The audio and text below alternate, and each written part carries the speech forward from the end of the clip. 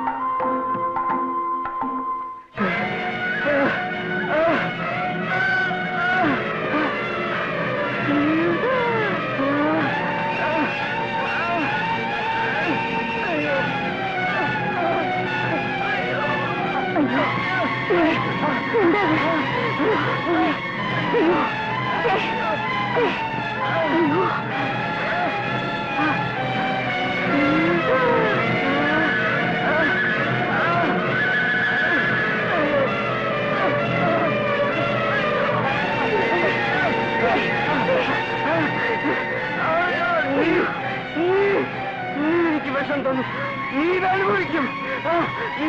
നീ എനിക്ക് വിഷം തന്നു. അവിടുന്ന്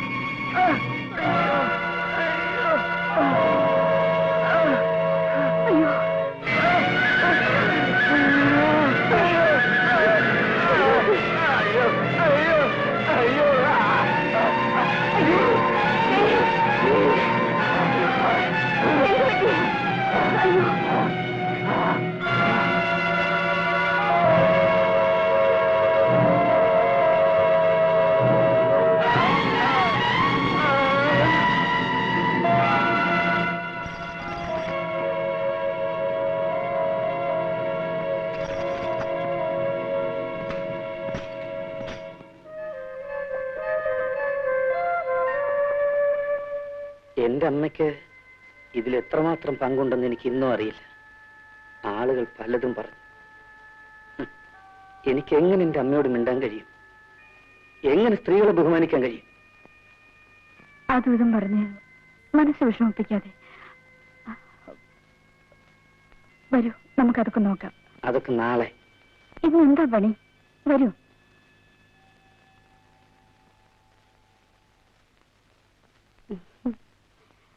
Wish you a happy and prosperous marriage life, Ramdas.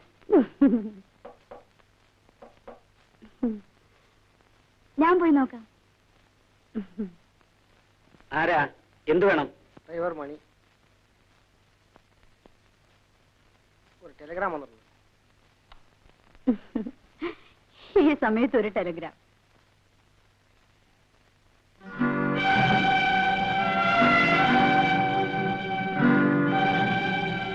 ആരാണ് ഇന്ദിര?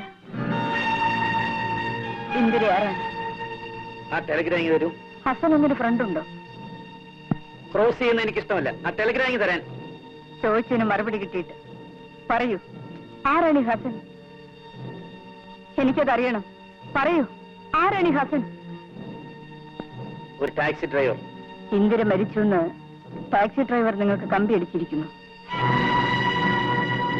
ടെലിഗ്രാം തരാൻ.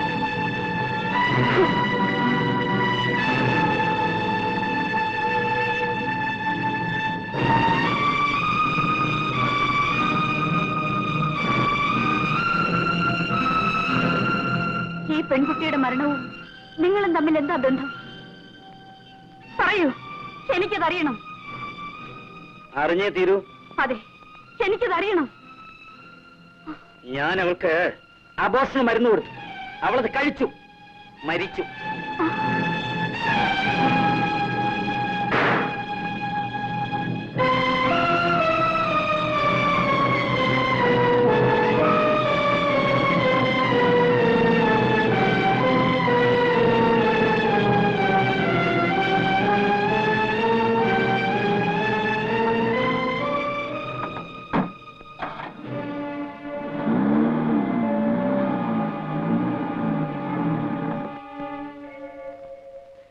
പ്രായം കുറച്ച് കൂടുതലാ, പക്ഷെ പറഞ്ഞിട്ടെന്താ, നല്ല സൗകര്യമുള്ള ആളാ. ഭാര്യ മരിച്ച പിന്നെ ഒറ്റയ്ക്ക. ഒരു മോനുള്ളത് അങ്ങ് ഊട്ടിയില്ല. ജാതിയിലോ തിരുപ്പാടാ. ആ പിന്നെ കാര്യം ഉണ്ടായാലും ഇല്ലെങ്കിലും നമ്മുടെ കുട്ടിക്ക് ഉണ്ടല്ലോ അല്പം എളുപ്പം ചീത്തപ്പേരൊക്കെ. ഉണ്ടെങ്കിലേ ഞങ്ങൾ സഹിച്ചു കിട്ടോ. കൊണ്ടുവരാൻ കണ്ട ഒരാള്. നിങ്ങൾക്ക് എന്താ പണിക്കരെ? തലയ്ക്ക് നല്ല സുഖമില്ലേ?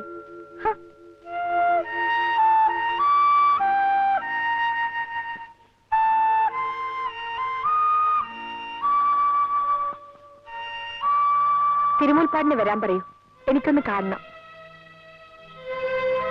വെറുതെ പെട്ടെന്ന് എന്തെങ്കിലും തോന്നിയിട്ട് ഞാൻ ആലോചിച്ചിട്ട് തന്നെയാ പറയുന്നത്. പണിക്കരേട്ടൻ ഞാൻ പറയുന്നത് കേട്ടാ മതി.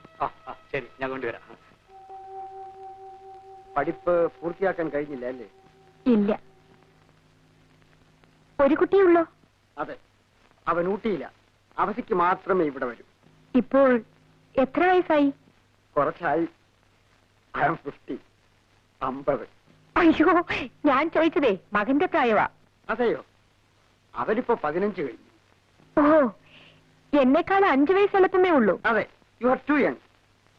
ഞാൻ ഉദ്ദേശിച്ചത്